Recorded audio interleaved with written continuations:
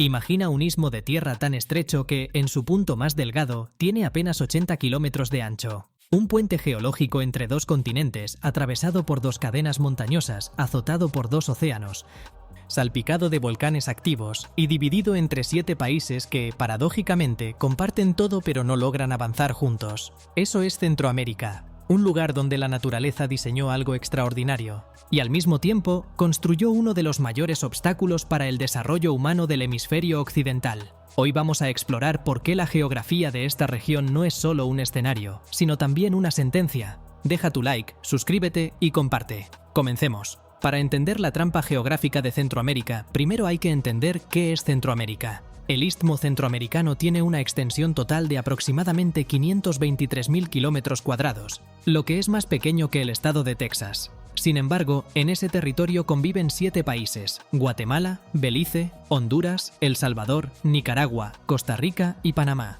cada uno con su propia historia, su propio gobierno, sus propias leyes, sus propias aduanas. Cada frontera es un punto de fricción económica, política y logística. Ahora imagina intentar construir una economía de escala, una red de transporte eficiente o un sistema energético integrado en un espacio tan fragmentado. Es casi imposible. El primer gran problema geográfico de la región es la Cordillera Central y la Sierra Madre de Chiapas, que atraviesan el istmo de noroeste a sureste. Estas montañas no son decorativas. Son barreras físicas reales que dividen las poblaciones, encarecen el transporte y hacen que conectar el Atlántico con el Pacífico sea una empresa costosísima. En Guatemala, las montañas cubren más del 60% del territorio. En Honduras, el país más montañoso de la región, el 80% del terreno es accidentado. Esto significa que construir carreteras es extremadamente caro, que el ferrocarril es casi inviable y que comunidades enteras quedan aisladas durante la temporada de lluvias cuando los caminos se vuelven intransitables.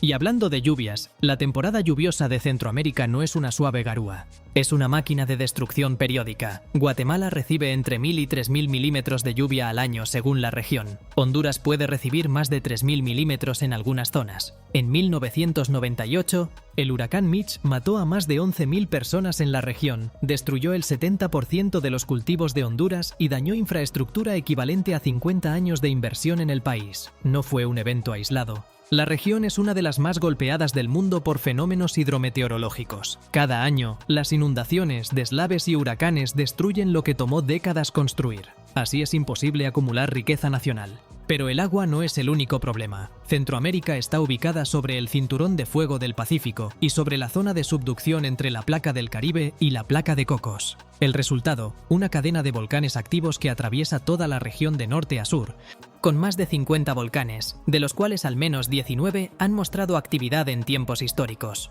El volcán Santiaguito en Guatemala ha estado en erupción casi continua desde 1922. El Arenal en Costa Rica estuvo activo de 1968 al 2010. El Momotombo en Nicaragua hizo erupción en 2015. En El Salvador, el territorio más pequeño y más densamente poblado de América continental, con apenas 21.000 kilómetros cuadrados, los volcanes y los terremotos son una constante. En 2001, 2 terremotos en menos de un mes mataron a más de 1.000 personas y dejaron sin hogar a 1.500.000. Para un país de 6 millones de habitantes en ese entonces, eso era una catástrofe generacional. Y aquí viene otra paradoja de la geografía centroamericana. Estos volcanes que destruyen también fertilizan. Los suelos volcánicos del istmo son excepcionalmente ricos. Guatemala es uno de los mayores productores de cardamomo del mundo, precisamente porque sus suelos de origen volcánico son perfectos para este cultivo. Honduras produce café de altísima calidad en sus regiones montañosas. El cacao de Nicaragua y el café de Costa Rica tienen reconocimiento internacional. La tierra es buena, increíblemente buena, pero para cultivarla,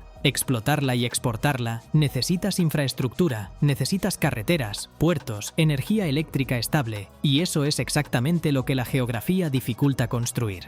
Hablemos de los puertos, porque ahí se resume otro de los grandes dramas geográficos de la región.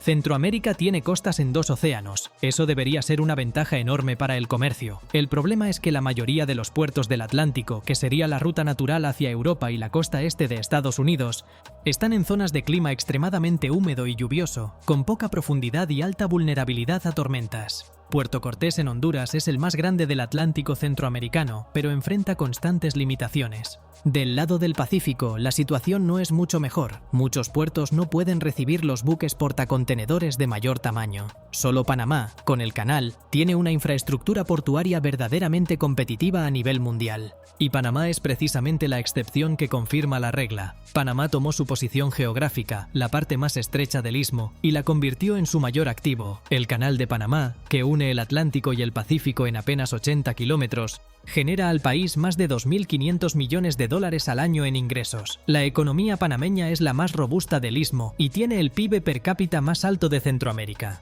Pero eso fue posible con una ingeniería colosal, una inversión internacional billonaria y décadas de operación. No es un modelo que el resto de la región pueda replicar fácilmente. Deja tu like, suscríbete y comparte. Costa Rica tampoco es una excepción menor. El país tomó una decisión histórica en 1948: abolir el ejército. Ese dinero, que en otras naciones va a defensa, lo invirtió en educación y salud. Hoy tiene una de las mayores tasas de alfabetización del hemisferio y un sistema de salud reconocido internacionalmente. Su geografía variada, con volcanes, playas en 2 océanos, bosques lluviosos y cloud forests, se convirtió en la base del ecoturismo más exitoso de la región. En 2023, Costa Rica recibió más de 2 millones de turistas internacionales. Pero Costa Rica también es la excepción. El promedio del istmo es diferente. Guatemala tiene la economía más grande de Centroamérica con un PIB de aproximadamente 85.000 millones de dólares en 2023, pero también tiene uno de los niveles de desigualdad más altos del continente. La geografía aquí tiene un rol directo. Las regiones indígenas en el altiplano occidental, separadas por montañas y con poca infraestructura, tienen tasas de pobreza que superan el 75%. No es casual, es geográfico. La inversión llega donde es más fácil llegar, y las montañas son un filtro cruel para el desarrollo. Honduras tiene otra historia. Con 112.000 kilómetros cuadrados, es el segundo país más grande de la región, pero su economía es una de las más frágiles. El 80% de su territorio montañoso hace que conectar el norte industrial con el sur agrícola sea costosísimo. Las remesas representan casi el 25% del PIB hondureño. Ese dinero no viene de exportaciones ni de industria local, viene de sus ciudadanos que emigraron porque la geografía no les ofreció oportunidades en casa. La caravana de migrantes centroamericanos que en años recientes ha captado la atención mundial no es solo un problema político, es también un problema geográfico. Las tierras son difíciles de trabajar.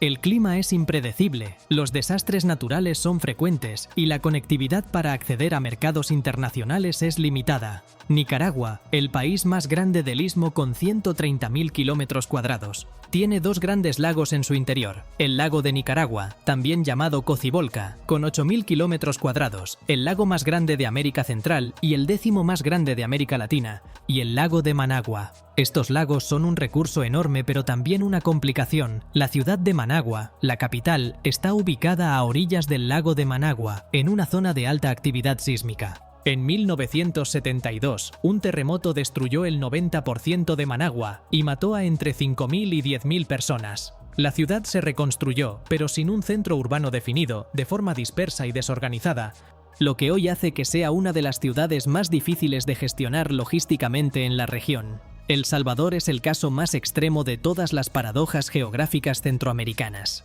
Es el país más pequeño de América continental con solo 21.041 kilómetros cuadrados, pero es el más densamente poblado de la región con más de 300 habitantes por kilómetro cuadrado. No tiene costa en el Atlántico, a diferencia de todos sus vecinos. Eso lo aísla de rutas comerciales importantes. Sus volcanes y terremotos son constantes, y sin embargo, en los últimos años, con políticas de seguridad drásticas, su economía ha crecido y el turismo ha aumentado. Pero su geografía sigue siendo una limitación estructural. No tiene recursos minerales significativos, su territorio es pequeño para producir a escala, y su dependencia de las remesas, que representan más del 20% del PIB, lo hace vulnerable a shocks externos. Belice es quizás el país menos conocido del istmo. Con apenas 390.000 habitantes y 22.966 kilómetros cuadrados, tiene la densidad de población más baja de Centroamérica. Su costa en el Caribe alberga la segunda barrera de coral más grande del mundo, la Gran Barrera de Arrecifes de Belice, con más de 300 kilómetros de extensión.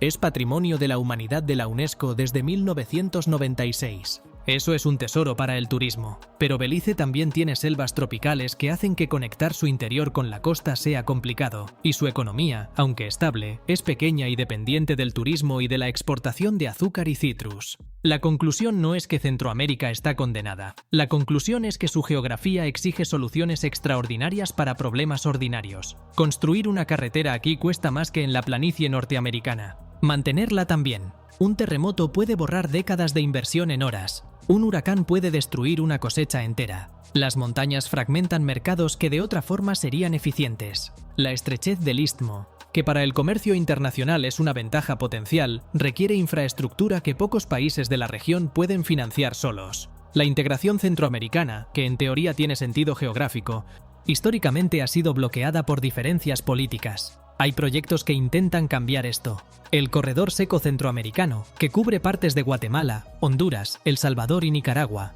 es una zona de alta vulnerabilidad climática donde la sequía y las lluvias irregulares afectan la agricultura de más de 10 millones de personas. Organismos internacionales trabajan para adaptarlo al cambio climático. El Plan Puebla-Panamá, renombrado como Proyecto Mesoamérica, busca integrar la infraestructura energética, de transporte y de comunicaciones del istmo. Lleva décadas en desarrollo, con avances parciales. El Sistema de Interconexión Eléctrica de los Países de América Central, conocido como CIEPAC, logró conectar eléctricamente a los 6 países del Istmo con una línea de transmisión de 1.800 kilómetros. Eso es un logro real, pero es solo el principio. La geografía de Centroamérica no es una trampa sin salida, es una trampa que puede desarmarse con cooperación, inversión, tecnología y políticas inteligentes. Lo que no puede hacerse es ignorarla. No se puede planificar el desarrollo de esta región como si fuera el medio oeste estadounidense o la llanura europea. Sus montañas, sus volcanes, sus huracanes, sus 2 océanos,